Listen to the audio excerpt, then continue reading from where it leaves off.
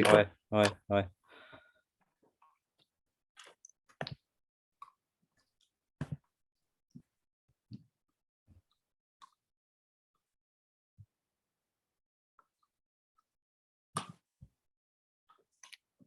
Céline. Voilà, recording in progress. Donc, simplement, à moins que quelqu'un s'y oppose, c'est la formule consacrée. Ce webinaire sera enregistré pour permettre un replay à ceux qui le souhaitent. Donc, si quelqu'un refuse, il peut couper sa caméra. Et vu le nombre qu'on est, vous pouvez les autres allumer vos caméras. Ça ne devrait pas normalement nuire à la bande passante, même si on devrait accueillir entre-temps Marie-Thérèse et Clémentine. Céline, je te donne la main pour nous parler de ce beau et merveilleux sujet de l'égalité professionnelle. Ok. De ce très facile sujet. Donc oui, je suis Céline Gachen, je vais animer ce petit webinaire sur l'égalité professionnelle avec un angle qu'on a voulu, comment contribue-t-elle à l'efficience de l'entreprise? C'est une question difficile et on peut, en tout cas, je vais tenter d'apporter quelques éléments de réponse, mais voilà, ils sont encore beaucoup à construire. Je vais aussi vous parler d'un projet qui s'appelle Expérience Égalité, comme une des réponses possibles pour favoriser l'évolution de la culture d'égalité au sein des organisations. C'est un projet qui est porté actuellement par le MFQ et qui est financé par l'État, deux services de l'État, la DRETS et la Direction régionale du droit des femmes. Voilà, et potentiellement également par l'Europe quand on pourra déposer le projet. Est-ce que peut-être on fait un petit tour de table, l'égalité professionnelle, qu'est-ce qui fait votre présence ici, à ce webinaire, avant de rentrer dans le cœur du sujet? C'est OK pour vous? Allez, je vais prendre la parole parce que Oui. le premier, c'est toujours le plus difficile. Moi, j'apprécie beaucoup la présence de Céline, qui apporte une compétence nouvelle au niveau de MFQ, parce que voilà quelques années que on intervient beaucoup sur la partie RSE, hein, responsabilité sociétale des entreprises. Aujourd'hui, on a en termes de conseils, en termes d'outils, on a atteint un niveau relativement important et on est reconnu au niveau régional, voire national, sur cette compétence. Et là, la partie égalité est une partie qui est d'actualité, qui est importante, mais qui était un petit peu délaissée dans l'approche RSE. Vous savez que dans l'approche RSE, bien souvent, sur l'ensemble des piliers, les entreprises ne développent pas forcément l'ensemble. On a beaucoup de connotations environnementales, et quand on parle de connotations sociales dans l'entreprise, souvent on est sur la sécurité et la santé au travail. Ce volet égalité, il est souvent minimisé, sans doute parce qu'on manque d'outils, d'où l'idée à un moment donné, effectivement, d'acquérir un petit peu cette montée en compétences et de permettre à un moment donné la diffusion de nouvelles pratiques au sein de notre réseau régional. Et juste pour l'anecdote, voilà 15 ans que j'ai en responsabilité une équipe qui est 100% féminine, et des fois, ça me pose vraiment des vraies questions au quotidien. Si on a du temps, on en parlera si tu veux. Voilà. Et alors, peut-être quand même par rapport aux collègues qui sont là, que je laisserai se présenter, dans le cadre de mon activité professionnelle, je travaille dans la fonction publique. La fonction publique est une structure qui est plutôt égalitaire en matière de répartition hommes-femmes, et y compris au niveau de l'échelle des salaires, où le sexe n'intervient absolument pas dans le point d'indice et le niveau de grade des agents.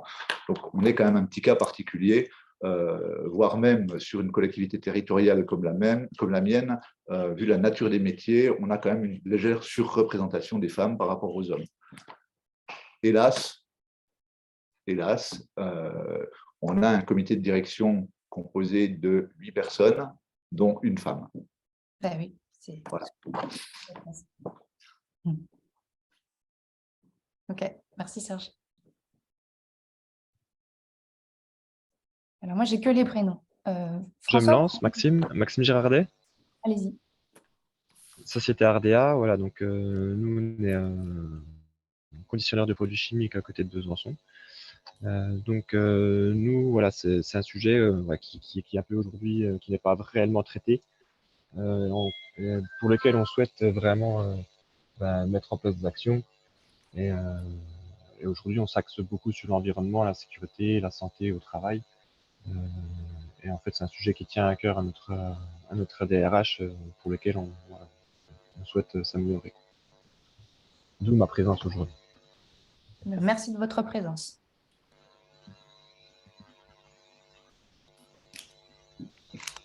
Oui, donc François, je suis au sein de Stellantis. J'ai des équipes assez volumineuses, plus d'une trentaine de personnes, avec à l'intérieur évidemment une répartition hommes-femmes qui varie en fonction des présences disponibles, et c'est par curiosité que je participe, de manière à voir comment je peux intégrer les bonnes idées que je pourrais croiser.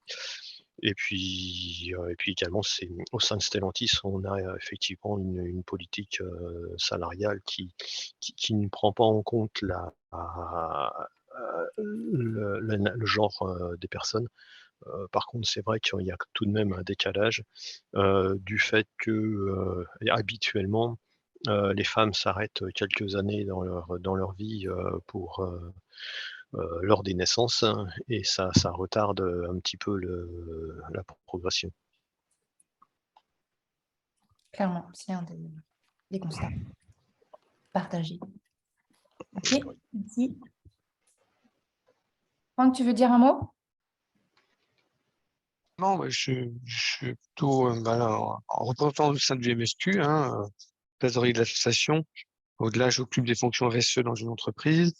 Simplement, le constat, c'est que plus l'entreprise est conséquente, donc il y a des structures organisées au niveau de la DRH pour s'assurer qu'il y a une certaine forme d'égalité, entre autres sur les aspects salariaux. Mais on constate aussi, entre autres, dans les comités de direction, une grande disparité entre les deux populations, où majoritairement, on a plutôt une population hyper masculine, avec aussi des difficultés d'avoir à ce niveau-là des personnels féminins, on va dire, disponibles et volontaires sur les missions. Quand je dis volontaires, c'est que n'ont pas toujours la confiance en elles pour dire est-ce qu'on peut accéder à ces fonctions-là, et ça peut être aussi une difficulté. Donc, est-ce que le poste est proposé à, on va dire, un personnel féminin, mais est-ce que le personnel féminin aussi est en capacité de se positionner et sur ces fonctions-là? Donc, ça peut être aussi un point qu'on pourrait discuter ensemble. Voilà. Ok, merci. Franck. Je crois qu'il reste Hugo. Hugo, si tu veux dire un mot, je ne veux pas commencer sans t'avoir posé la question. J'ai rien de spécial à ajouter à mon humble niveau. Très bien. Merci. Alors, on va commencer. Je vais vous emmener dans la présentation que j'ai construite pour cette réunion.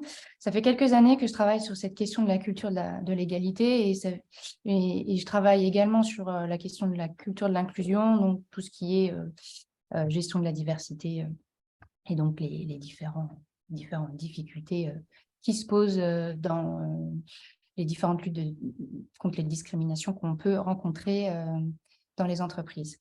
C'est un sujet qui est délicat, cette question de l'égalité professionnelle, délicat dans le sens où c'est pas facile de susciter l'adhésion et donc l'engagement des forces vives de l'entreprise pour faire évoluer cette culture. Alors évidemment, je ne dis pas qu'il n'y a personne, vous en êtes le témoin, mais voilà, on va avoir besoin dans les années qui suivent, pour faire évoluer cette question, de mobiliser plus de forces vives, puisque quand on va regarder les chiffres du dernier rapport de l'ONU, ça dit quoi? Ça dit qu'il faudra encore des siècles pour parvenir à l'égalité des sexes.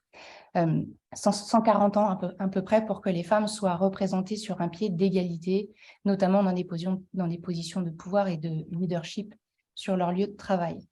Franck le disait, on est sur une problématique systémique, c'est-à-dire qu'il y a à la fois une culture dominante masculine qui fait que il y a une sous-représentation des femmes sur les postes à responsabilité, mais il y a également au niveau des femmes des difficultés à aller sur ces postes-là parce qu'il y a des problématiques d'estime de soi. Il y a également, vous en avez parlé, François, des problématiques d'équilibre entre la vie privée et la vie professionnelle qui font que les questions de progression dans les parcours professionnels pour les femmes sont plus lentes.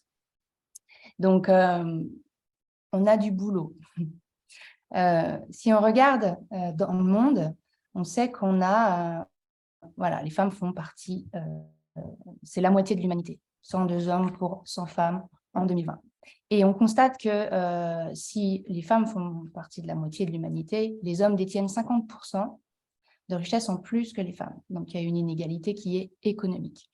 Et puis, on a également un chiffre qui est conséquent. On sait également que les femmes, 35%, ont subi au moins une fois des violences physiques et ou sexuelles au cours de leur vie. Donc, ce qu'on peut commencer à pressentir, c'est que les inégalités, c'est le terreau de la violence. On sait également que dans les différentes sphères d'influence, les médias en l'occurrence, 83,4% des personnes qui apparaissent à la une des principaux titres de la presse française sont des hommes. Et on sait que également dans la sphère de l'art, ce sont une petite trentaine de femmes artistes qui sont exposées au Louvre, par exemple, et un peu moins de 300 artistes au musée d'Orsay sur les quasi 4500 qui sont exposés dans ce grand musée. Donc, ce qui est important par ces chiffres, c'est de prendre la mesure du sujet sur lequel on s'interroge aujourd'hui. Il y a encore beaucoup de personnes qui pensent que on y est presque, que c'est un non-sujet, que c'est pas tellement un problème dans la vie, qu'elle soit à la maison, qu'elle soit dans l'entreprise, qu'elle soit dans les relations sociales. Et en fait, c'est un gros sujet. C'est un gros sujet, alors qui a un coût. On a une femme qui s'appelle Lucille Pétavin, qui est une historienne, chercheuse au sein d'un laboratoire de l'égalité depuis 2016, qui a sourcé dans un certain nombre d'articles scientifiques de référence des éléments qui lui ont permis d'établir que, alors, ce qu'elle appelle le coût de la virilité, aujourd'hui, ça représente 95 milliards, soit un tiers des recettes nettes perçues par l'État français. Donc, c'est un coût très important, ces inégalités. Il y a quelques chiffres qui sont donnés à titre de comparaison. Donc 76 milliards d'euros pour l'éducation nationale, 72 milliards pour le déficit annuel de la France. C'est énorme. Elle a travaillé sur ce sujet, sur la virilité, puis elle a identifié que c'est la virilité qui conditionne la domination des hommes sur les femmes. Et ce qu'elle définit comme étant la virilité, c'est une notion qui va rassembler tous les attributs de force et de puissance que les garçons sont censés incarner dans la société. Et ça, ce sont des conditionnements qui sont, dès la plus tendre enfance, semés dans la tête de nos enfants, et ça grandit. Et au fur et à mesure de la vie, dans l'entreprise, ça crée ce qu'on connaît, effectivement, des parois de verre et des plafonds de verre, qui fait qu'il y a très peu de femmes encore qui arrivent à accéder à ces fonctions de responsabilité, qui arrivent à aller dans ces conseils d'administration où se prennent les décisions stratégiques dans l'entreprise. Je suis pas en train de dire, et c'est une des délicatesses du sujet, que tous les hommes sont des délinquants. La difficulté du sujet de l'égalité, c'est que quand on l'aborde, il peut y avoir il y a une réaction intérieure Et donc, une espèce de phénomène de rejet qui fait que voilà, c'est difficile d'aborder ce sujet. Donc, tous les hommes ne sont pas des délinquants, mais force est de constater que l'immense majorité des délinquants sont des hommes. Et si des hommes peuvent être très pacifiques, il y a aussi des femmes qui peuvent être très agressives. Donc, l'idée n'est pas de donner des généralités, mais d'aller regarder ce qui fait qu'on est encore dans cette situation d'inégalité. Le prix des inégalités, aujourd'hui, c'est 22 milliards de création de richesse dont se prive la société. Si on arrivait un jour à résoudre ces inégalités, voilà quelle enveloppe dont on pourrait être disposé. Et 118 milliards, c'est le coût des inégalités entre les femmes et les hommes à la société. Donc, si on resserre un peu la focale, on était sur une focale plutôt monde, France, et si on resserre la focale dans le monde de l'entreprise, on a identifié que 37% de cadres femmes dans le privé pour 60% d'hommes. On sait qu'il y a encore à peu près 17% d'écart de rémunération nette moyenne dans le secteur privé. Une femme sur deux a été confrontée au sexisme ou au harcèlement sexuel en France dans son travail. Et on sait que dans le top des 1000 salariés les mieux rémunérés, seulement 9% sont des femmes. C'est des chiffres assez récents, donc on peut les croire. Et pourtant, qu'est-ce qu'on observe? Eh bien, on va observer, excusez-moi, à partir d'un index qui s'appelle Index Women Equity, qui analyse depuis 10 ans les performances des PME dirigées par les femmes. On observe quoi? On observe une performance économique supérieure à celle des femmes, avec plus de 2,2% d'excédent brut d'exploitation. On observe également que les entreprises qui disposent de femmes à leur tête ont enregistré une croissance de leur chiffre d'affaires de 5,5%, qu'elles ne prennent pas moins de risques que les hommes, contrairement à certaines idées reçues qu'on pourrait avoir, et que les entreprises dont l'encadrement est le plus féminisé surperforment en bourse. Voilà. Donc, c'est des chiffres qui ne sont pas portés à la connaissance du grand public. Et ça me paraissait pertinent de les rappeler. Alors, pourquoi ces inégalités, elles persistent? Là, on a une petite représentation de la répartition par région de la représentation des femmes. Et on observe une surreprésentation dans la région Île-de-France et dans le Grand Sud. Mais voilà, si on regarde où on se situe, on est à moins 0,4%. Alors, pourquoi ces inégalités, elles persistent? Elles persistent pour différentes raisons. Je parlais tout à l'heure de problématiques systémiques. D'abord, il y a les croyances limitantes. Je faisais un atelier auprès de jeunes élèves il y a quelques mois, et un des jeunes garçons m'a dit « mais en fait, les femmes sont moins représentées au pouvoir parce qu'elles savent moins bien prendre les décisions ». Ben oui, c'est banal, mais ça vit beaucoup dans la tête de nos enfants. Donc, il y a encore pas mal de croyances limitantes qui sont très sexistes, qui font qu'elles se perpétuent, et elles perpétuent du coup le système qui est en place dans l'organisation, dans les entreprises, avec ces systèmes hiérarchiques qui sont encore beaucoup représentés par des hommes. Ça a été noté tout à l'heure, la problématique du déséquilibre de vie perso et des vies pro. On sait que les femmes consacrent quotidiennement 3 heures aux tâches ménagères contre 1h23 précisément pour les hommes. On sait que les absences aussi et les plannings perturbés liés aux problèmes de garde d'enfants coûtent à l'entreprise 800 et 1250 € par an. C'est loin d'être neutre. Et on sait qu'elles sont principalement pris en charge par les femmes. Et puis, si on va sur les questions de congé parental, 4% des congés parentaux sont pris par les hommes sur les 530 000 congés parentaux annuels. Voilà. C'est des chiffres, mais ça donne la mesure.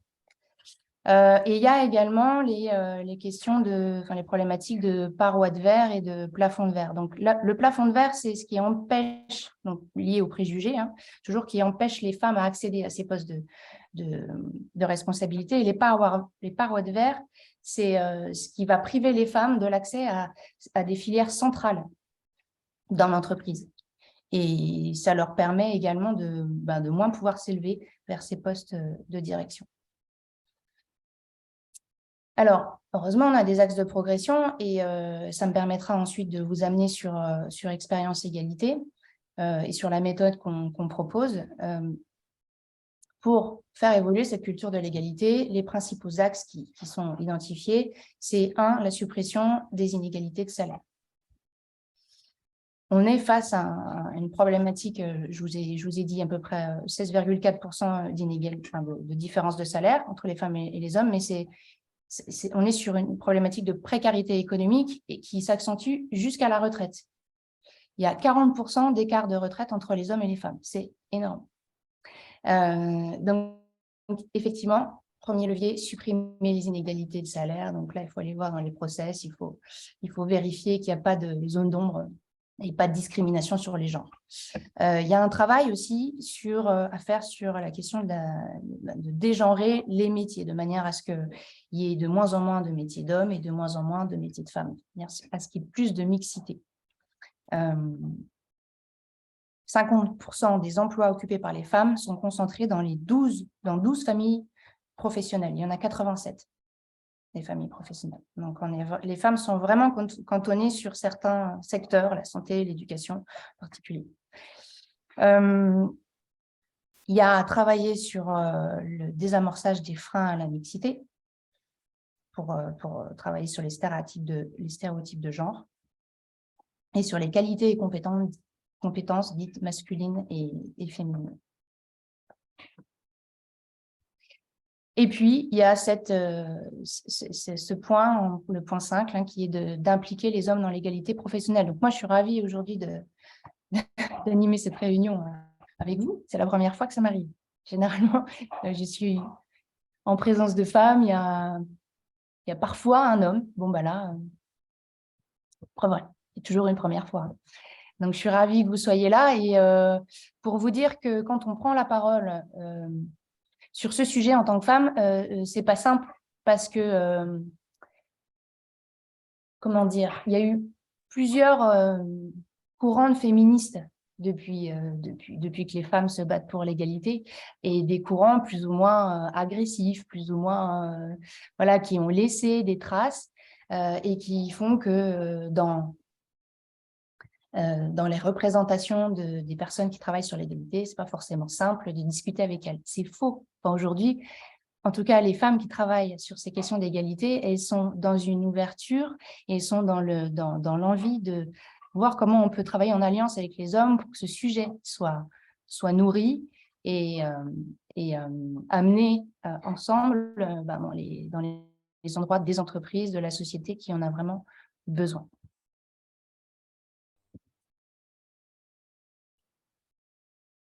Pratiquer l'égalité pour transformer la société. Donc, expérience égalité, c'est ça. On propose une expérience. On va proposer d'expérimenter l'égalité pour qu'on ne reste pas dans la tête et qu'on puisse faire descendre cette notion d'égalité dans les process de l'entreprise et que les comportements, les pratiques des entreprises puissent véritablement évoluer.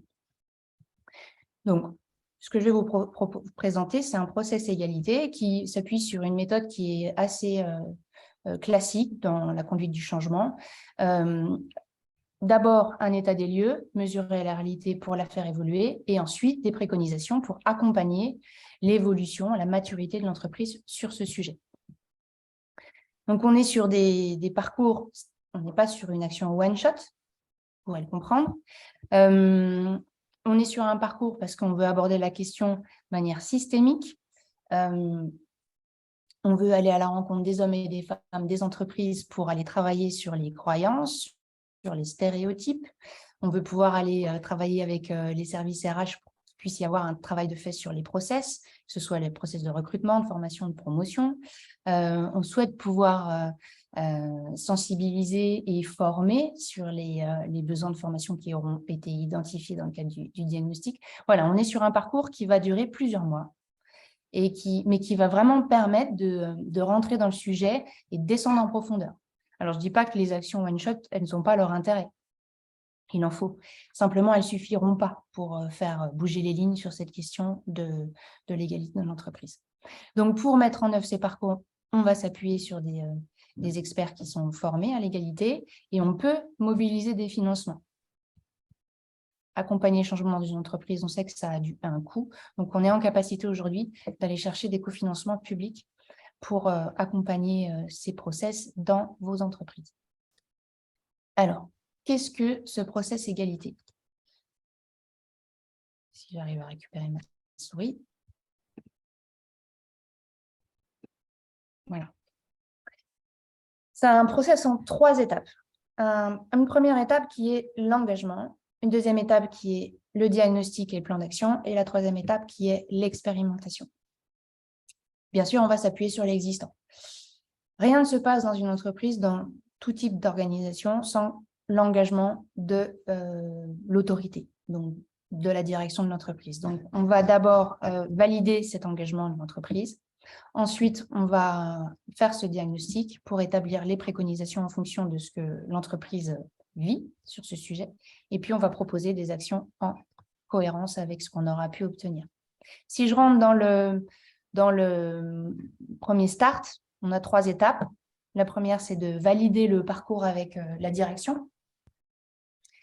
Le second, c'est de pouvoir réunir un comité égalité en associant les parties prenantes de l'entreprise à ce comité, de manière à présenter les étapes du parcours, les objectifs, et de pouvoir identifier les personnes qui seront interviewées dans le cadre du diagnostic. Et la troisième étape est de pouvoir formaliser l'engagement en signant une charte égalité. Là, j'ai indiqué la présence du préfet de région, puisque c'est ce qui s'est passé lors des précédents parcours qui ont démarré.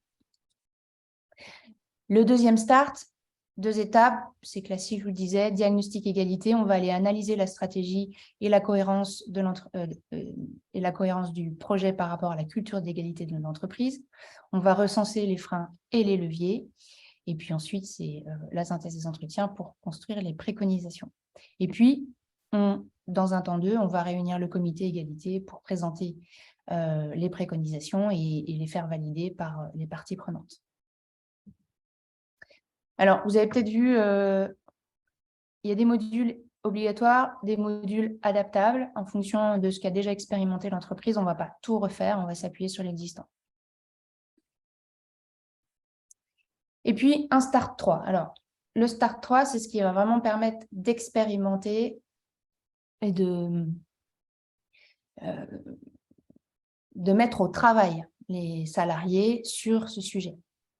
Alors, plusieurs types d'actions, des actions de sensibilisation, des actions de formation et des actions d'accompagnement qui sont dirigées auprès des services RH, services communication, des managers et des délégués du personnel et des agents. En termes de sensibilisation, vous avez différents types d'actions qui peuvent être mobilisées. J'en ai recensé certains et puis je suis en train de les recenser plus largement à l'échelle de la grande région. Au niveau des formations, on sait que pour faire évoluer cette culture, on a besoin de transmettre aux salariés, aux compétences, ces modules. Donc, il y a un module de base qui va donner les points de repère sur la culture de l'égalité, des modules RH, des modules pour communiquer de manière égalitaire et non sexiste, et des modules de management pour déconstruire ces stéréotypes de genre, pour voir comment on peut mobiliser les femmes davantage sur les postes à responsabilité, et puis pour voir comment on peut construire une posture professionnelle qui ne laissera plus passer les situations de violence sexiste et sexuelle et de harcèlement. Aujourd'hui, on est tous convaincus du bien fondé de l'égalité. On sait tous qu'il faut y aller. Ce qui est difficile, c'est de pouvoir les traduire dans les comportements. Parce que comme dans toute comme dans tout projet de conduite du changement, il y a des résistances face au changement. Et aller sur une société plus égalitaire, ça fait vivre, que ce soit chez les hommes et chez les femmes, des résistances parce que ça fait sortir de sa zone de confort. Donc, il y a vraiment une construction de posture professionnelle à construire pour que on stoppe véritablement les situations de violence, les phénomènes de violence sexistes et sexuelles en particulier. Et enfin, je vous parlais d'action d'accompagnement, vous avez différentes possibilités. Encore là, c'est une étape qui est adaptable. Des échanges de la pratique pour faire évoluer sa posture en fonction des situations qui sont rencontrées dans l'entreprise. Des temps de conseil RH pour pouvoir faire évoluer ces process de manière objectivée et égalitaire. Vérifier le principe de non-discrimination. Moi, je rencontre que des gens qui ne discriminent pas, clairement. Mais ont-ils véritablement pu vérifier l'état de leur process? Aujourd'hui, on sait que la discrimination est la plupart du temps non consciente. Donc, on n'a pas vraiment la possibilité sauf à avoir vérifié qu'on n'est pas dans la discrimination. Ça, c'est un message important. On a un parcours ambassadeur on a souhaité sur ce thème, qui donc pas toujours facile à aborder, pouvoir créer un espace où on va l'aborder de manière ludique, de manière à ce que ce soit les personnes qui s'approprient cette culture de l'égalité, que ce ne soit pas des connaissances qu'on va transmettre de manière descendante, mais véritablement un projet, une question qu'ils vont pouvoir s'approprier sur plusieurs jours. Donc, on a pensé du team building, musique ou théâtre, de manière à arriver à la fin de ces 4 jours à un produit qui pourra ensuite se faire l'écho du sujet dans l'entreprise. Voilà, qui pourrait être valorisé sur un temps fort auprès de l'ensemble des salariés de l'organisation. Je suis arrivée à la dernière diapositive.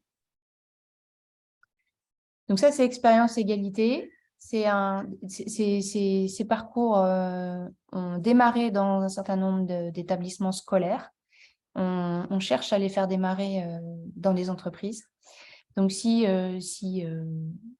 vous pensez que ça peut vous intéresser ou si vous avez connaissance d'une entreprise qui pourrait être intéressée, n'hésitez pas à diffuser. Il y a vraiment des fonds qui peuvent être mobilisés pour accompagner le déploiement dans les organisations. Et puis, je vais me mettre à votre écoute si vous avez des questions maintenant. Oui, alors je vais me lancer, Céline. Merci pour cette présentation qui est d'ailleurs très intéressante. La première question qui me vient lorsque tu parles des coûts de la non-diversité, comment ils sont établis? Je trouve ça assez intéressant parce que autant la méthode qui a été employée que je ne connais pas du tout est intéressante globalement, je me pose la question comment on peut la redéployer au travers d'une structure, d'une entreprise, ce qui permettrait d'être un levier assez conséquent. Et Clairement, puis, alors, par exemple, moi, je pense nombriliquement à mon cas, si d'aventure, j'arrive à valoriser, ce fait-là, je peux peut-être, avoir, des ressources complémentaires. on a des chiffres qui sont très généraux au niveau des entreprises, qui sont des chiffres apportés par l'INSEE. Il y a le laboratoire pour l'égalité qui en établit également. Les chiffres établis sur le coût de la virilité, ça c'est cette historienne-là qui a sourcé dans de nombreux articles scientifiques. C'est vrai qu'au niveau, il faudrait pouvoir peut-être aller regarder plus précisément dans son entreprise les coûts des inégalités. Alors, on parlait tout à l'heure des absences qui peuvent être liées aux gardes d'enfants. On peut et on doit aller regarder les absences qui sont liées au burn-out, aux problématiques de dépression. Ces salariés qui se mettent en retrait, c'est pas normal, il y a quelque chose, parce qu'aujourd'hui, on sait détecter un certain nombre de violences sexistes et sexuelles dans l'entreprise, et avec toutes les obligations légales, avec l'obligation du référent dans les entreprises, référent harcèlement, ça va évoluer, mais on sait qu'on passe encore à côté de nombreux cas de violences sexistes. Eh bien, elles ont un coût. C'est le coût des arrêts maladie, c'est du coup le coût des recrutements, des nouvelles personnes qu'on va devoir identifier pour voilà, prendre le poste de la personne arrêtée. Il faudrait pouvoir rentrer dans l'entreprise, effectivement, sur un cas d'école.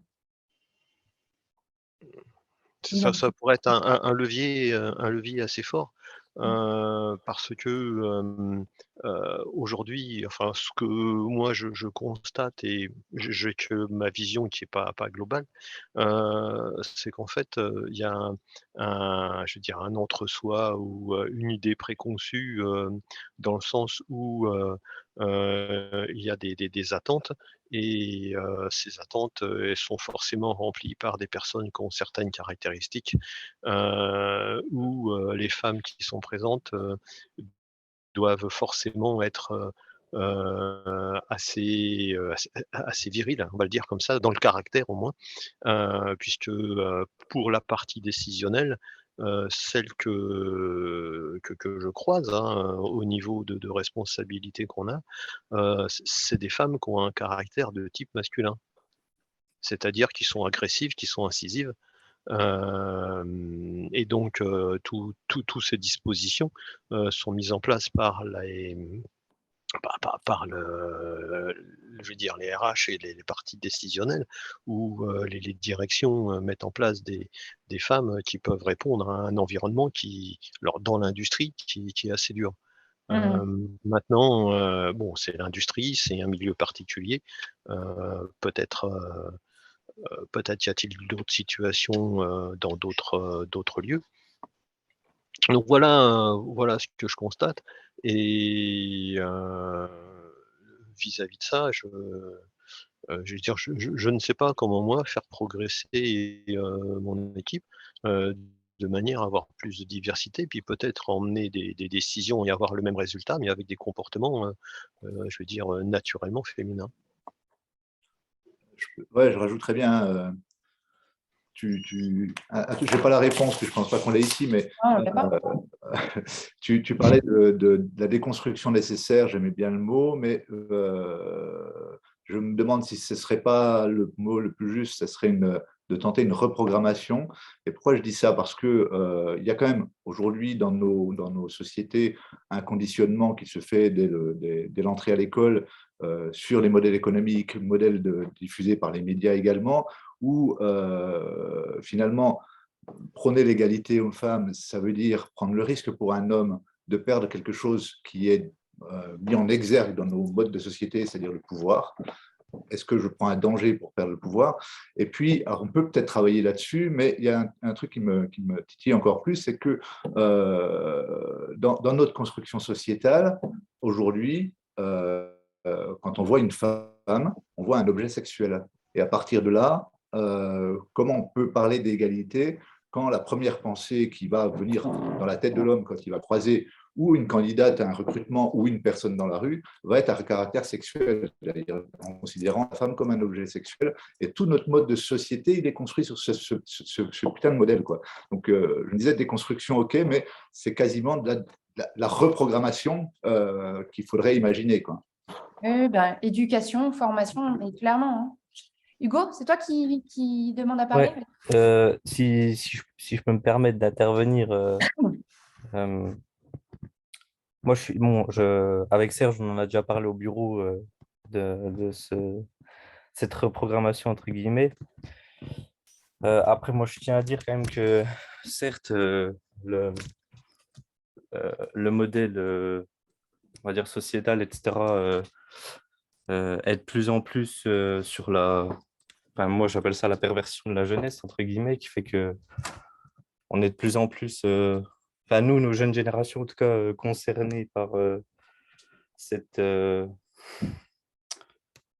enfin, que le monde soit sexualisé de plus en plus, mais Après, moi, je trouve que chacun a un rôle à jouer, puis il n'y a pas forcément que les hommes qui sont un peu dans ce système-là, parce que quand on voit la montée des, des réseaux, un peu, enfin, je sais pas si vous connaissez, enfin, il y a des réseaux en gros qui permettent aux femmes ou même la télé-réalité de s'exhiber, etc. Ça fait monter un peu le truc dans les deux sens aussi, si vous voyez ce que je veux dire.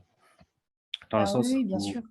voilà, certes, il y a un espèce de marché où il y a l'homme qui, de par sa nature, est assez guidé par ses instincts. C'est ce que Serge y disait un peu avec la reprogrammation. Faudrait limiter, mais aussi, il y a les offres aussi, des femmes qui, avec toutes les nouvelles plateformes comme My OnlyFans ou des trucs comme ça, qui font que ça aide pas la cause des féministes, quoi. Il y a vraiment, je crois, une conscience à développer sur comment certains codes peuvent faire violence sur les hommes et sur les femmes, sur les enfants très tôt, et sur les jeunes garçons, sur les jeunes filles, et comment ces conditionnements vont guider ensuite les individus dans des attitudes, des comportements dysfonctionnants. Et je pense que ces réseaux-là, pour moi, c'est la conséquence, en fait. C'est Ah la oui, oui, oui. conséquence. Mais on est d'accord que voilà, C'est-à-dire c'est... on retrouve effectivement des jeunes femmes qui n'ont pas du tout conscience Ouais, d'être le jouet, d'être ouais. devenu le jouet d'une société.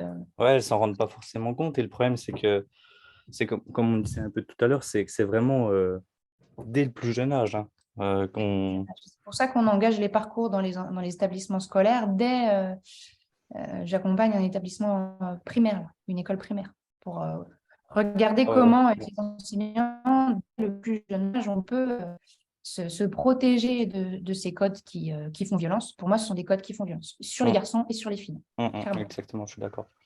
Il y a Clémentine qui voulait aussi réagir. Oui, Bonjour bonjour. Clémentine. Je vous ai vu arriver. J'espère que tout le monde va bien. Je n'ai pas eu le message d'introduction, je suis arrivée en cours de route, je suis désolée. Il y a une réunion qui s'est éternisée. En fait, je vais juste partager une opinion. Donc là, c'est fondé ou pas fondé, ou ça tombe à propos ou pas du tout. Mais je ne suis pas certaine que ce soit pertinent de soulever pourquoi une femme va décider de s'exhiber sur telle ou telle plateforme. Je trouve que ça ne fait que rajouter de l'eau au moulin, de dire ok, c'est de sa faute ou elle ne devrait pas le faire. Et tout comme je ne suis pas du tout pour culpabiliser les hommes en disant c'est de leur faute, s'ils sont tous patriarcaux parce qu'ils ne veulent pas changer les choses. Je ne crois pas que ce soit l'angle le plus pertinent pour réellement changer les choses dans le fond, fondamentalement. Et plutôt que de dire, puis en plus, moi, il n'y a pas très longtemps encore, je regardais la vidéo d'Anouna avec cette jeune femme qui s'est dénudée, qui a retiré son sweatshirt. Je ne sais pas si vous l'avez vu Ouais, c'est passer. Polska et puis Toutatis. Ouais. Enfin, je vois de quoi vous parlez. Ouais. J'ai pas la référence de nom parce que je suis nulle là-dedans. Mais en l'occurrence, en regardant cette vidéo, je vois son hébétitude à elle, où elle dit 3 fois de suite, ou 50 fois de suite exactement la même phrase. Vous êtes misogyne, vous êtes misogyne. Je me dis qu'on est dans le désespoir intellectuel et ça me fait mal en tant que personnage genré XY. Mais en même temps, j'écoute le propos et je me dis, ok, mais pourquoi est-ce qu'on la pointe du doigt, elle? Je veux dire, on lui a donné comme seule opportunité de faire vraiment de l'argent, que ce soit son corps, et aujourd'hui, on vient la punir. Est-ce qu'on punit un patron de grande entreprise parce qu'il fait de l'évasion fiscale, juste parce qu'il en a le droit? Non, on ne le punit pas, on ne peut même pas l'attraper. Donc, je ne trouve pas que montrer quelqu'un du doigt, ce soit positif. Je me dis plutôt, OK, allons vers ce qui va vraiment changer les choses, c'est-à-dire allons à la racine et essayons de faire évoluer par le dialogue, par la formation, par l'ouverture, par les échanges de pratiques, par des conseils, par des ambassadeurs, par de la valorisation, par des temps forts. Essayons de faire changer les choses transversalement, en fait. On pourrait agir à plein de niveaux. On peut agir à plein de niveaux. Je crois qu'on se rejoint vraiment sur ce propos-là, hein, Clémentine.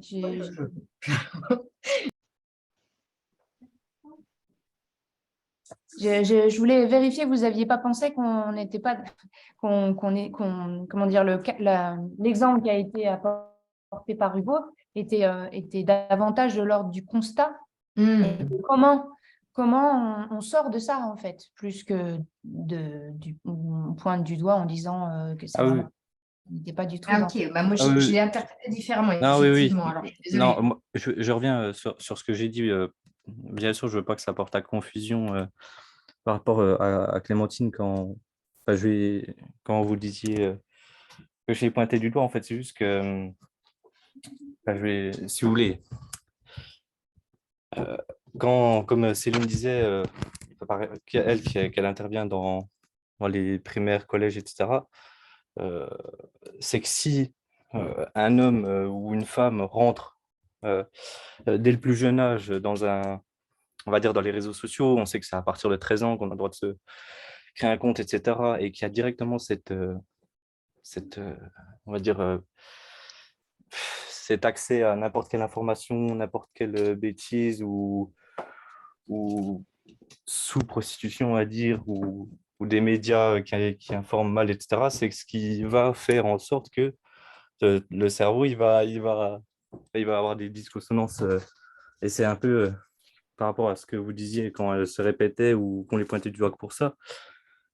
C'est pas, moi, je trouve le problème, c'est pas uniquement que ça, c'est bien plus profond que juste dire voilà, je m'en fous, je me montre pour mon corps, etc. C'est que ça relève ça reflète un vrai problème sociétal bien plus profond, en fait. Pour moi, la perversion de la jeunesse, c'est ce qui fait qu'après, les hommes, ils pensent que par ça, enfin, vous voyez ce que je veux dire? C'est pas juste montrer du doigt, quoi. Je sais pas comment m'expliquer, mais J'entends, hein. ok. J'entends, et en même temps, moi j'ai vécu, enfin je suis un peu plus vieille, hein, j'approche la cinquantaine. Ouais. J'ai vécu mon enfance à une époque où il y avait zéro réseaux sociaux. Mmh.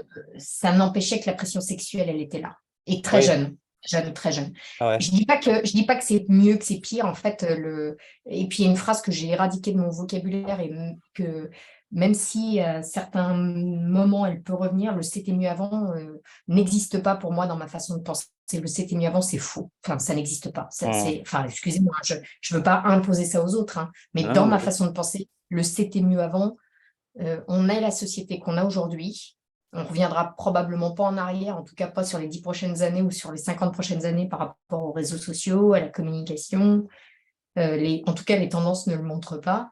Et je me dis plutôt comment j'agis pour faire évoluer, même si je ne fais infléchir la courbe que d'un 0,1 de point. Au moins, c'est le principe du colibri, quoi. Je porterai l'eau que j'ai à apporter.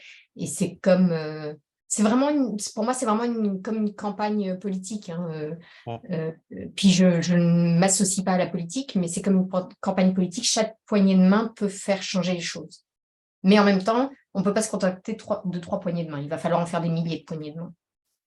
Mais c'est intéressant par contre. J'aborde le sujet comme ça, personnellement. Non, mais puis moi, par exemple, là, vous avez dit votre âge. Moi, par exemple, je suis dans la génération des 20 ans, à peu près, des 2000. Donc, moi, par exemple, je ne peux pas me permettre, par exemple, de dire voilà, c'était mieux avant, comme il y en a plein qui le font, alors qu'ils n'étaient pas dans les anciennes générations. Mais à l'heure d'aujourd'hui, même si les médias cherchent à toujours montrer le mauvais, par exemple, comme là, sur TPMP, il n'y a pas longtemps, là, comme vous le disiez, même s'ils cherchent à beaucoup montrer Ouais. qu'il y a pas mal de choses qui sont mauvaises, etc. Moi, ce que je constate actuellement, c'est que je suis dans une association où je vois pas mal de monde se mobiliser, que ce soit des jeunes ou comme là, le dernier forum RSE qu'on a fait, il y avait des étudiants, etc. Donc, ça prouve qu'en fait, il faut arrêter de se baser sur ce qu'on nous montre dans les médias et qu'il y a vraiment une vague de personnes sensibilisées et puis qui veulent changer le monde, entre guillemets, qui se développe, quoi. Donc, moi, je dis c'est mieux maintenant qu'avant, entre guillemets.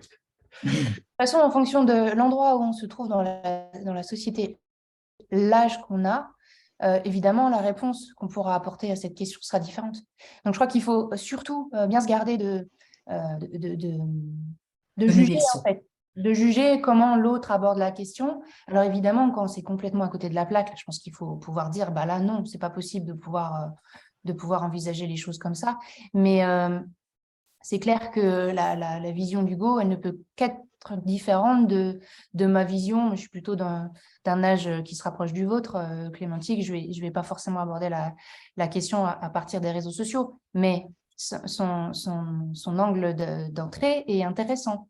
Parce que c'est clair que les jeunes garçons et les jeunes filles qui ont accès aujourd'hui à Internet et qui tombent sur des images de jeunes filles sexualisées dès qu'elles ont 7, 8, 9 ans, et ben ouais, elles se développent avec ces schémas-là cognitifs et elles pensent qu'elles peuvent exister dans la société en se comportant comme ça. Exactement. Et ensuite, c'est quelque chose qui va se perpétuer, se développer et qui va donner lieu à des trucs d'une violence inouïe, parce que la jeune fille qui, à un moment donné, va rencontrer un jeune garçon qui aurait vu les mêmes images et qui peut-être, qui sans doute dans sa tête, va penser que cette jeune fille, si elle fait ça, eh ben, elle peut du coup, si elle se laisse voir, elle peut du coup se laisser toucher. Et ben voilà, là, on va tomber dans des agressions physiques et potentiellement sexuelles. Et je pense que c'est important de regarder, c'est même essentiel de regarder ce qui se passe chez nos jeunes, parce que c'est nos jeunes qui vont ensuite de toute façon arriver dans les entreprises. Ouais. Donc nous qui avons 40, 50, 60, aujourd'hui, on est, je pense, en capacité d'accompagner pour, oui, travailler sur les pratiques, faire évoluer les process, regarder où se joue la discrimination, déconstruire les stéréotypes, les préjugés, bien sûr, et c'est ce qu'on fait. Mais je crois qu'il faut vraiment aller en amont et regarder ce qui se passe et accompagner les jeunes dans l'établissement scolaire, avec des plus jeunes que nous peut-être. On est bien évidemment d'accord. Pour moi, effectivement, un des premiers rouages, c'est commence très très jeune en fait. Ça commence même dans la petite enfance. Enfin, en plus, aujourd'hui, les devices technologiques sont accessibles à des. Il n'y a même pas de limite. Ah non, Il n'y a même pas de limite. Il y a des enfants de 6 mois qui touchent déjà des téléphones, Ouais, c'est très qui précoce, sont déjà hein. avec. Ouais. Oui, c'est de la folie. Hein. Donc, pour en revenir comment dire, à une dimension plus concrète, parce que vous avez parlé de politique, Clémentine, moi je vous rejoins, c'est un combat politique, mais avec un grand P, c'est-à-dire qu'on a besoin intrinsèquement de trouver l'égalité entre les hommes et les femmes pour plus d'harmonie, et plus d'harmonie dans le monde, c'est clair. Concrètement, comment on peut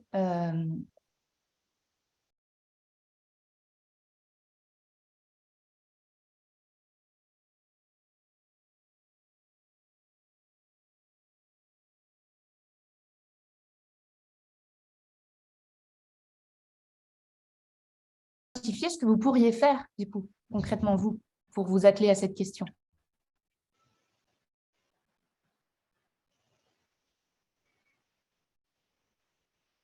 Je profite du petit moment de silence pour raconter une anecdote. Vous parliez de l'enfance, etc. Et dans l'entreprise, des réflexes que l'on se doit d'acquérir pour arriver à cette déprogrammation. C'est-à-dire qu'à un moment donné, qu'est-ce qui est tolérable et pas tolérable, et à aucun moment ne laisser passer ce qu'on juge intolérable. Et l'anecdote que je raconte, c'était l'année dernière. J'étais avec une classe de master, master 2, et à peu près au milieu du cours, je fais une blague sexiste volontaire. La classe rigole. 2 heures après, je refais une blague sexiste, la classe rigole. Troisième, en fin de cours, c'était la fin, je fais une blague sexiste carrément graveleuse. Là, on sent une petite gêne, mais ça rigole quand même. Et là, je stoppe tout et je leur dis, qu'est-ce qui s'est passé aujourd'hui? Et on redébriefe. Je dis, pourquoi vous avez laissé passer ça? Pourquoi vous avez laissé passer ça? Pourquoi vous avez laissé passer ça? Oh, monsieur, parce qu'on voyait bien que vous plaisantiez. Je dis, non, je ne plaisantais pas, ce que je disais était sale.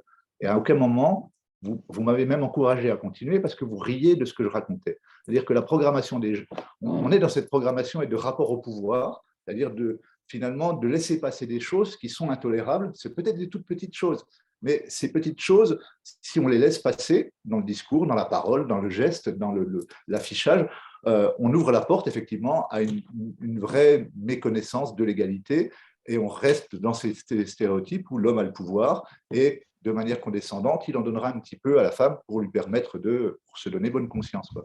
Donc en fait, le phénomène, il est, quand tu dis qu'il faudra des siècles, je suis entièrement d'accord avec toi, mais ça veut dire que c'est quasiment un combat de tous les jours. C'est-à-dire, Faut de la méthode. voilà, faut se reprogrammer et savoir ce qu'on peut accepter et ne pas accepter, et ce que l'on peut produire soi-même et se refuser de produire. Voilà. C'est vraiment un apprentissage. Et ça nécessite un accompagnement, parce que si on reprend l'exemple que tu as dit et que j'essaye de le traduire un peu en psychosociaux, tu dis des blagues, enfin tu dis des blagues sexistes qui ne sont pas drôles, mais sous le couvert de la blague. Et tu as en face de toi un groupe qui rigole. Des formes d'incongruence, c'est-à-dire qu'ils perçoivent qu'il y a quelque chose qui n'est pas drôle du tout, mais ils rigolent quand même parce que c'est ce qui est attendu. C'est comme ça que ça se passe, en fait, depuis des siècles. Donc, quelqu'un fait une blague sexiste. Céline, on ne sait pas s'ils pensent que c'est drôle. Il y en a qui pensent que c'est drôle. Il y en a qui pensent que c'est pas drôle. Tout le monde ne pense pas de la même façon. Tout le monde ne reçoit pas ce premier message. La conscience, c'est pas forcément là, mais n'empêche que la traduction, c'est que tout le monde rigole. Et s'il y en a un qui rigole pas, ou une, ça va être très difficile que cette personne puisse prendre la parole pour exprimer son mécontentement. Pourquoi ? Simplement parce qu'il y a une forme de sidération, en fait, qui empêche la personne de prendre la parole et de se positionner. Et quand je dis que pour stopper les comportements sexistes et sexuels, il va falloir apprendre à se positionner, construire une posture professionnelle, c'est vraiment une acquisition de compétences. Et pour acquérir des compétences, il faut se former. Il faut avoir conscience de ce qui se joue au niveau individuel et collectif et apprendre à dire les choses alors que ça fait des décennies, voire des siècles, qu'on ne dit pas les choses sur ce sujet. Regardez, personnellement, ça fait des années que je travaille sur la culture de l'égalité. C'est encore difficile pour moi de prendre la parole sur ce sujet parce que c'est plein d'émotions. C'est plein d'émotions. Pourquoi ? Parce que c'est du sensible. C'est du sensible. Pourquoi ? Parce que moi, je suis une femme et j'ai un parcours professionnel, j'ai un parcours personnel derrière moi et ma sensibilité a été brutalisée à plein de moments dans ma vie, comme plein d'hommes également. Puisque la sensibilité, les hommes n'en sont pas dépourvus, simplement, dès leur plus tendre enfance, on leur demande d'être forts, de ne pas pleurer et de montrer les muscles. Et dans l'entreprise, très concrètement, c'est la même chose. On leur demande de ne pas sentir quand les troupes sont fatiguées, on leur demande de motiver, même quand ils... Alors, je suis dans de la généralité, mais... Je suis dans des grandes tendances quand même, qui sont maltraitantes et que les entreprises incarnent encore majoritairement. Donc, il y a effectivement un sujet à appréhender à partir des valeurs de la politique, mais aussi à partir du comportement. Et ce comportement, notre comportement, donc on en est tous responsables et on a tous à apprendre comment se positionner quand on sent que ce n'est pas OK pour nous de vivre ça, d'entendre ça, de laisser dire ça, etc. Et ça, c'est un point majeur. Pour pouvoir dire ce qu'on sent, encore faut-il sentir. Ou savoir qu'on sent. C'est ça. Et voilà, et donc là, on fait rentrer dans l'entreprise une dimension qui est la dimension de la sensibilité, qui est une dimension féminine et qui a été dont on a souhaité qu'elle reste à l'extérieur de l'entreprise.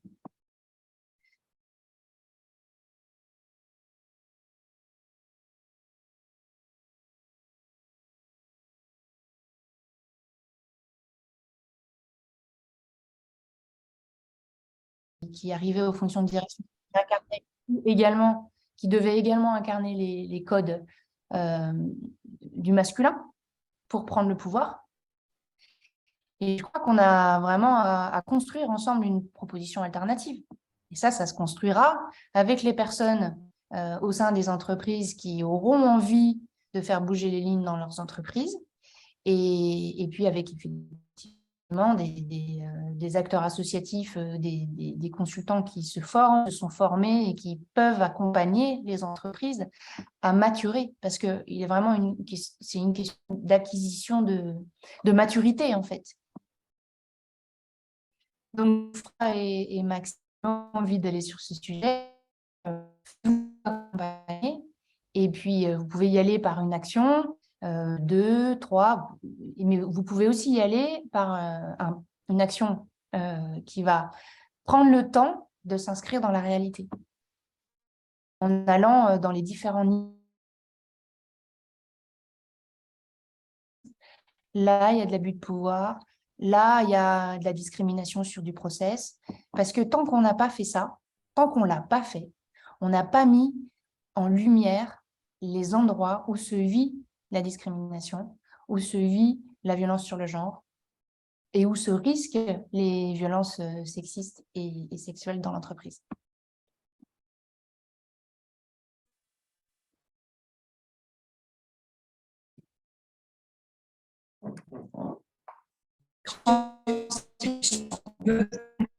Je me permets, non, en fait, j'allais aborder plusieurs points, mais par exemple, encore aujourd'hui, dans le small talk, quand je dis simplement, je ne m'offusque pas, ça ne sert à rien, je ne dénonce pas, ça ne sert à rien.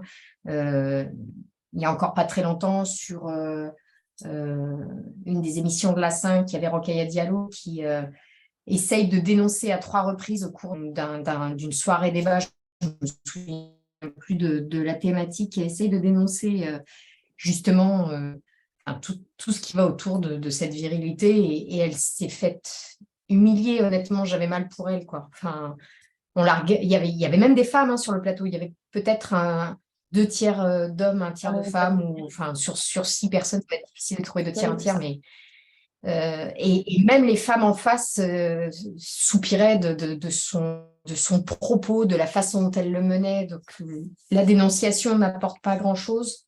Enfin, elle apporte, ça fait partie des processus, mais en tout cas, ce n'est pas un processus qui est fortement reconnu aujourd'hui. En plus, moi, j'ai travaillé 12 ans dans la presse, donc le côté masculin de la presse est très présent. Les patrons de presse sont encore aujourd'hui des hommes. Je mentionnerai par exemple la première, puis je donne des infos comme ça, enfin là je suis désolée, je ne structure rien, mais je mentionnerai par exemple la première femme rentrée au conseil d'administration de la SNCF et qui a été limogée par une femme à grande violence. De ça, il y a une dizaine d'années, et donc la violence, elle est aussi intrasexuelle. Il y a de la violence des femmes envers d'autres femmes. C'est pas une question. Il n'y a pas de règle. Oui, il n'y a pas de règle. Et je prendrai je mentionnerai un dernier point. J'ai vécu 7 ans au Canada, et par exemple, le sujet de la vasectomie n'était pas un problème pour les hommes là-bas. Ça ne touchait pas leur virilité. Mais demander à un homme en France, est-ce qu'il a déjà envisagé la possibilité d'une vasectomie passé 50 ans? Mais c'est pas... J'aime bien poser cette question-là pendant les dîners. Je peux vous dire que les réponses sont très, très drôles. Ou pas. Merci, Clémentine, pour votre rapport. On va toucher à la fin de cette réunion. Merci de votre présence. On est disponible, bien sûr, dans la continuité de cette réunion, si vous souhaitez plus d'infos ou continuer les échanges.